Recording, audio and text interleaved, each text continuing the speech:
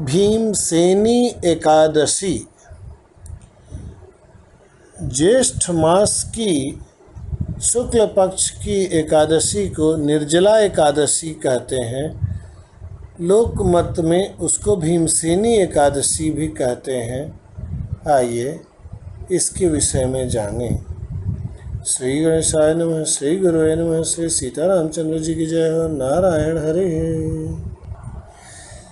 युधिष्ठिर ने कहा, हे जनार्दन, आप मुझे ज्येष्ठ के शुक्ल पक्ष की एकादशी है का वर्णन कीजिए।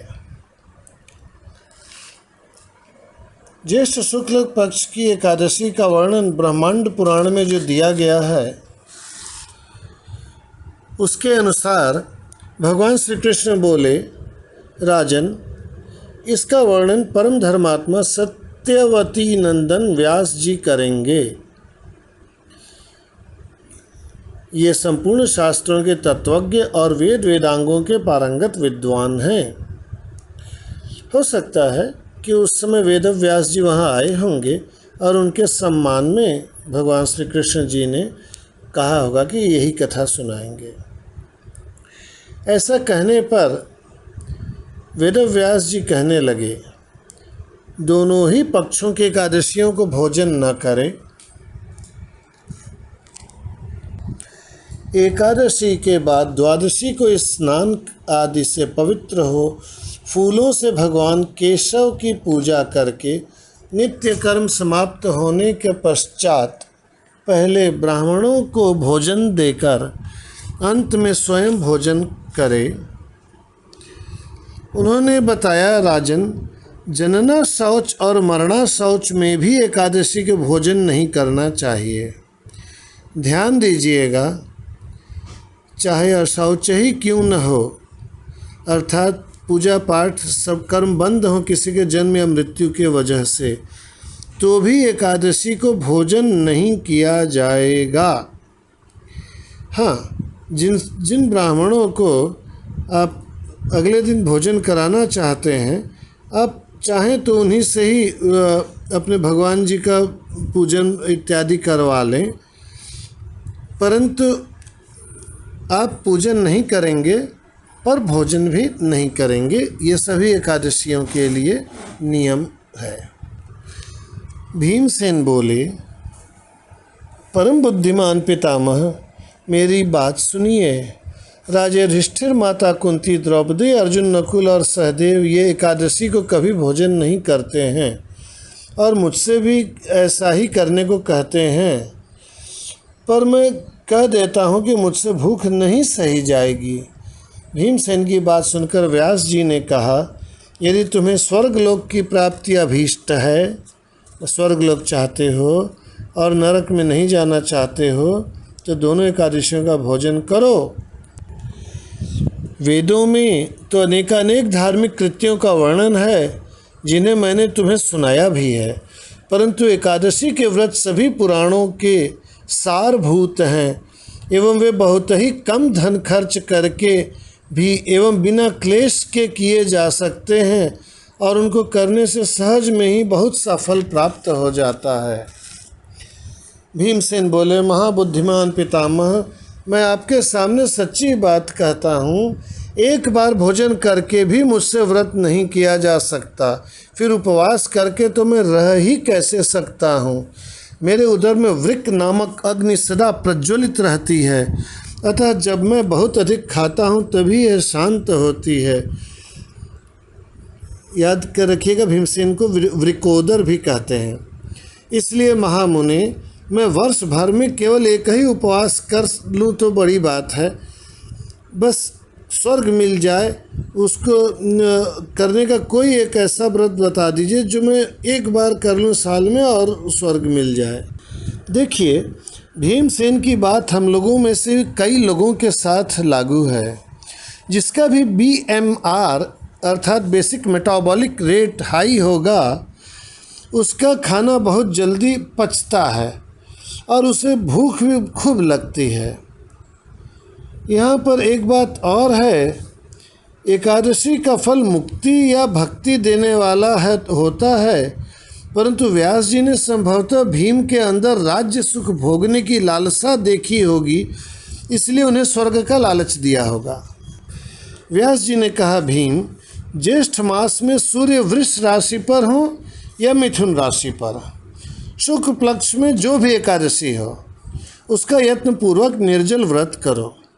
आप लोग इस बात की चिंता न कीजिए कि सूर्य किस राशि पर है, सिर्फ सीधी सी बात है कि ज्येष्ठ मास के शुक्ल पक्ष की एकादशी का व्रत निर्जल रूप से किया जाता है। केवल कुल्ला या आचमन करने के लिए ही मुख में जल डाल सकते हैं, उसको छोड़कर और किसी प्रकार का जल विद्वान पुरुष मुख में न डालें, अन्यथा व्रत भंग हो जाता है। एकादशी को सूर्योदय से लेकर दूसरे दिन के सूर्योदय तक मनुष्य जल का त्याग करे तो यह व्रत पूर्ण होता है।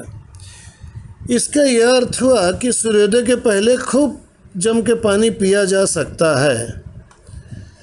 वैसे ही जैसे तीज के व्रत के पहले माताएं सरगही करके दिन भर तृप्त रहती हैं। कथा के क्रम को आगे बढ़ाएं। तदनंतर अर्थात अगले दिन के सूर्योदय तक के जल के त्याग करने के पश्चात द्वादशी को निर्मल प्रभात काल में स्नान करके ब्राह्मणों को विधि पूर्वक जल और सुवर्ण का दान करे। इस प्रकार सब कार्य पूरा करके जितेंद्रिय पुरुष ब्राह्मणों के साथ भोजन करे। वर्ष भर में जितनी एकादशियां होती हैं, उन सबका फल निर्जला एकादशी के सेवन से मनुष्य प्राप्त कर लेता है, इसमें कोई भी संदेह नहीं है। व्यास जी बताते हैं कि विष्णु का वह स्वरूप जिसमें दाहिने हाथ में शंख, ऊपर के दाहिने हाथ में शंख और नीचे के दाहिने हाथ में कमल, और ऊपर के बाएं हाथ में चक्र और नीचे के बाएं हाथ में गदा है, अर्थात भगवान केशव ने मुझसे कहा था, यह स्वरूप जो ऊपर बताया गया भगवान केशव का स्वरूप है। भगवान केशव ने मुझसे कहा था कि यदि मानव सबको छोड़कर एकमात्र मेरी शरण में आ जाए और एकादशी के निराहार रहे तो वह सब पापों से छूट जाता है। गीता जी का प्रसिद्ध श्लोक यहाँ भी आया हुआ है, वो इस प्रकार से, इति मां केशव प्राह शंख चक्र गदाधरः सर्वधर्मान् परित्यज्य मामेकं शरणं व्रज। श्लोक संख्या 23। यहाँ पर मैं उन लोगों की मदद के लिए आचमन के विषय में कुछ जानकारी देना चाह रहा हूँ जो निराजल व्रत करने से डरते हैं। निवेदन है कि जो लोग पूर्ण रूप से निर्जल व्रत रहने के में सक्षम हैं, वे अपनी आदत को न बिगाड़ें। यहाँ केवल कमज़ोर लोगों के मदद के लिए यह जानकारी दे रहा हूँ। व्याघ्रपाद के अनुसार विश्वास कीजिए कि आपके आचमन करने से संपूर्ण ब्रह्मांड की तृप्ति हो रही है। इस विश्वास के साथ आप बार बार जल का सेवन कर सकते हैं। लघु शंका करें, दीर्घ शंका करें, किसी भी तरह का वस्त्र को पहने, पूजा पर बैठें, पूजा छोड़ के उठें, पुनः पूजा पर बैठें, दिन भर पूजा में उठते बैठते आप आचमन करते रहें। उसमें इस तरह से आप जल का सेवन करते रह सकते हैं। यह सब बृहत पराशर एवं पुराणसार ग्रंथों के आधार पर बताया जा रहा है। यही नहीं, आपको छींक आ जाए तो भी आचमन कर लीजिए, थूक दे तो भी आचमन कर लीजिए, अर्थात प्यास लगी थोड़ा सा थूक के आचमन कर लीजिए, सो करके उठे तो आचमन कर लीजिए, आंसू आ जाए आचमन कर लीजिए। ये सब आज्ञाएं देवी भागवत से कही जा रही हैं। आचमन करने में 3 बार जल में डाला जाता है और हर बार इतना जल लिया जाता है कि उसमें 1 मासा सोना अर्थात 0.97 ग्राम सोना डूब जाए, अर्थात 1 ग्राम से थोड़ा सा कम सोना डूब जाए। एकादशी व्रत कथा में तो केवल इतने ही जल का नियम दिया गया है। इससे न कम हो न ज़्यादा। हाँ, स्नान के नाम पर आप नदी में, या कहना उचित नहीं है, परंतु फिर भी बाथ टब में घंटों बैठे रहिए, उसकी आज्ञा है। इससे शरीर जल से संतृप्त हो जाएगा और प्यास नहीं लगेगी। पर फिर भी काम न चलता हो तो दूसरा सहारा पकड़ते हैं। आइए एक रास्ता नया निकालते हैं।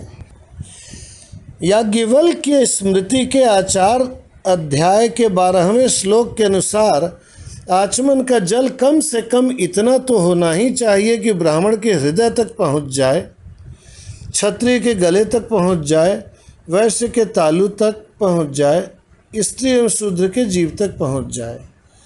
इस तरह से निर्जला में भी जल के सेवन का विभिन्न उपाय मैंने बताया, इसलिए कि जो व्रत करने से डर रहे हैं वो व्रत कर सकें। इसलिए नहीं बताया है कि जो निर्जला रहते हैं वो भी जल पीना शुरू करें।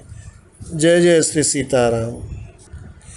कथाक्रम में व्यास जी आगे बताते हैं कि एकादशी व्रत करने वाले पुरुष के पास विशालकाय विकराल आकृति और काले रंग वाले दंड पाशधारी भयंकर यमदूत नहीं जाते। अंतकाल में पीताम्बरधारी सौम्य स्वभाव वाले, हाथ में सुदर्शन धारण करने वाले और मन के समान वेगशाली विष्णु दूत आकर उस वैष्णव पुरुष को भगवान विष्णु के धाम में ले जाते हैं। अतः निर्जला एकादशी को पूर्ण यत्न करके उपवास करना चाहिए। तुम भी सब पापों की शांति के लिए यत्न के साथ उपवास करो और श्री हरि का पूजन करो। स्त्री हो या पुरुष, यदि उसने मेरु पर्वत के बराबर भी महान पाप किया हो तो वह सब एकादशी के प्रभाव से भस्म हो जाता है। जो मनुष्य उस दिन जल के नियम का पालन करता है वह पुण्य का भागी होता है। उसे एक एक पहर में कोटि कोटि स्वर्ण मुद्रा दान करने का फल प्राप्त होता सुना गया है। ऐसा श्री गीता प्रेस के पुस्तक में लिखा है। परंतु श्री ठाकुर प्रसाद की पुस्तक भंडार के पुस्तक में लिखा है कि हर याम अर्थात हर पहर अर्थात हर 3 घंटे पर स्नान दान जप होम करने वाला 1 करोड़ पल सोना दान करने का फल पाता है। आइए जान लेते हैं कि 1 करोड़ पल सोना होता कितना है। एक पल में 320 रत्ती सोना होता है, ऐसा मनु ने कहा था।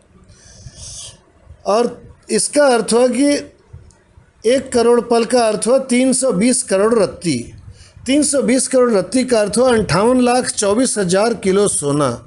सोचिए न कि इतना सोना पा करके जो तृप्ति किसी को होगी, उतने तृप्ति का फल आप पा सकते हैं केवल इस एकादशी को बारंबार स्नान इत्यादि करके, जो नियम ऊपर बताया गया। कथा क्रम में आगे लिखा है कि मनुष्य निर्जला एकादशी के दिन स्नान दान जप होम आदि जो कुछ भी करता है वह सब अक्षय होता है। उसी प्रकार जैसे अक्षय तृतीया को दान अक्षय होता है, उसी तरह से निर्जला एकादशी व्रत को करने वाले के द्वारा किया गया दान भी अक्षय होता है। ये भगवान श्री कृष्ण का कथन है। निर्जला एकादशी को विधि पूर्वक उत्तम रीति से उपवास करके मानव वैष्णव पद को प्राप्त कर लेता है। जो मनुष्य एकादशी के दिन अन्न खाता है वह पाप का भोजन करता है। इस लोक में वह चांडाल के समान है और मरने पर दुर्गति को प्राप्त होता है। जो ज्येष्ठ के शुक्ल पक्ष में एकादशी को उपवास करके दान देंगे वे परम पद को प्राप्त होंगे। जिन्होंने एकादशी को उपवास किया है वे ब्रह्म हत्यारे, शराबी, चोर तथा गुरुद्रोही होने पर भी सब पातकों से मुक्त हो जाते हैं। हे कुंती नंदन, हे भीमसेन, निर्जला एकादशी के दिन श्रद्धालु स्त्री पुरुषों के लिए जो विशेष दान और कर्तव्य विहित है उसे सुनो। उस दिन जल में शयन करने वाले भगवान विष्णु का पूजन करके जलमयी धेनु का दान करना चाहिए, अथवा प्रत्यक्ष धेनु का या घृतमय धेनु का दान करना चाहिए। अब यहाँ पर एक ध्यान देने योग्य बात है कि लिखा होना चाहिए था कि व्रत रहने वाले को प्रत्यक्ष धेनु माने एकदम से असली गौदान करना चाहिए। परंतु जैसा कि व्यास जी ने पहले ही बोला था कि कम खर्च में होने वाले ये उपाय हैं, तो जलमयी धेनु अर्थात अंजलि भर जल उठाया और गंगा जी में गंगा से गंगा जल को उठाया और गंगा जी में ही डाल के कह दिया कि मैं जलमयी धेनु का दान कर रहा हूँ, उसका फल मुझे मिले। तो जलमयी धेनु का प्रथम स्थान दिया गया है कि जलमयी धेनु का दान कीजिए। पर कुछ लोग होंगे जिनको विश्वास नहीं होगा कि क्या जलमयी धेनु के दान से भी कोई लाभ होगा, तो उनके संतोष के लिए कह दिया गया कि अच्छा भैया आप चलिए प्रत्यक्ष धेनु दे दीजिए, आप सचमुच का गाय दान कर दीजिए। और अगर आदमी कहता है कि भाई इतना पैसा तो नहीं कि प्रत्यक्ष धेनु का दान कर सके, पर जल के धेनु के दान पर विश्वास नहीं है, तो जगह चलिए 1 खजूरी घी दे दीजिए, घृतमयी धेनु का दान कर दीजिए। वो केवल व्यक्ति को संतोष दिलाने के लिए है, अन्यथा विधान जलमयी धेनु के दान का है। आगे लिखा गया है, पर्याप्त दक्षिणा और भांति भांति के मिष्ठानों द्वारा यत्नपूर्वक, ध्यान दीजिए यत्नपूर्वक माने ब्राह्मण को संतुष्ट करना है यत्न करके, ऐसा नहीं कि हमने दे दिया, वो ऐसा नहीं है कि बस हमने उनको दे दिया वो अब खाएं पिएं और संतुष्ट हो या ना हो। आप उनसे भुजा उठा करके आशीर्वाद लीजिए। जब दोनों ब्राह्मण अपने दोनों भुजाओं को उठा के कह दे कि हाँ हम संतुष्ट हैं, तभी आप संतुष्ट होइए। वो इस प्रकार से संतुष्ट हुए ब्राह्मणों के द्वारा भगवान श्री हरि मोक्ष दे देते हैं। भगवान श्री हरि देखते हैं कि ब्राह्मण ने भुजा उठा के संतुष्ट होने का आशीर्वाद दे दिया है, तो उधर से मोक्ष का द्वार भी खुल जाता है, यही उसका टिकट है। जिन्होंने सम दम और दान में प्रवृत्त हो श्री हरि की पूजा और रात्रि जागरण करते हुए इस निर्जला एकादशी का व्रत किया है, उन्होंने अपने साथ ही साथ बीती हुई 100 पीढ़ियाँ, जो पिछली 100 पीढ़ियाँ हैं और आने वाली 100 पीढ़ियों को भगवान वासुदेव के परम धाम में पहुँचा दिया, इसका विश्वास रखो। आपको याद होगा कि प्रारंभ में ही जिस समय भीमसेन को स्वर्ग जाने की बात, स्वर्ग मिलने की बात कही जा रही थी, तो मैंने बताया था कि ये सुनने वाले बुद्धि के अनुसार उसको ललचाया जा रहा था, अन्यथा ये तो अपना छोड़िए आगे और पीछे की भी 100 पीढ़ियों को तार देने वाला व्रत है। निर्जला एकादशी के दिन अन्न, वस्त्र, गौ, जल, शैया, सुंदर आसन, कमंडलु तथा छाता दान करना चाहिए। जो श्रेष्ठ एवं सुपात्र ब्राह्मण को जूता दान करता है, वह सोने के विमान पर बैठकर स्वर्ग लोक में प्रतिष्ठित होता है। देखिए गर्मी आ रही है, इसीलिए पैर में गर्मी न लगे इस तरह का अच्छा जूता देने के लिए और अच्छा छाता देने के लिए ये सब नियम बना दिया गया है। तो गर्मी न लगे उसलिए आप चाहें तो आप एसी और कूलर का भी दान कर सकते हैं, आपके ऊपर है। जो इस एकादशी की महिमा को भक्ति पूर्वक सुनता है, ध्यान दीजिएगा, केवल सुनने मात्र से ही यह लाभ है, तथा जो भक्ति पूर्वक उसका वर्णन करता है, जो सुनता है और जो सुनाता है, वे दोनों ही स्वर्गलोक में जाते हैं। स्वर्गलोक यहाँ हो सकता है कि केवल स्वर्गलोक की ही बात हो, उच्च लोक की बात न हो, परंतु स्वर्गलोक कन्फर्म है। चतुर्दशी युक्त अमावस्या को सूर्य ग्रहण के समय श्राद्ध करके मनुष्य जिस फल को प्राप्त करता है, वही फल इसको सुनने मात्र से मिल जाता है। सुनने मात्र से मिल जाता है। इसलिए मेरा निवेदन है कि आप इस कथा के ये लिंक को अपने और परिचितों को भी भेजें, हो सकता है कि उनको भी सुनने का फल से लाभ मिल जाए। पहले दंत धावन करके यानी दातावन करके यह नियम लेना चाहिए कि मैं भगवान केशव की प्रसन्नता के लिए एकादशी को निराहार रहकर आचमन के सिवा दूसरे जल का भी त्याग करूँगा। द्वादशी को देव देवेश्वर भगवान विष्णु के त्रिविक्रम स्वरूप का, त्रिविक्रम स्वरूप अर्थात बाली को राजा बलि से 3 पग भूमि मांगने के बाद जो विशाल स्वरूप बना था, उस स्वरूप का पूजन करना चाहिए।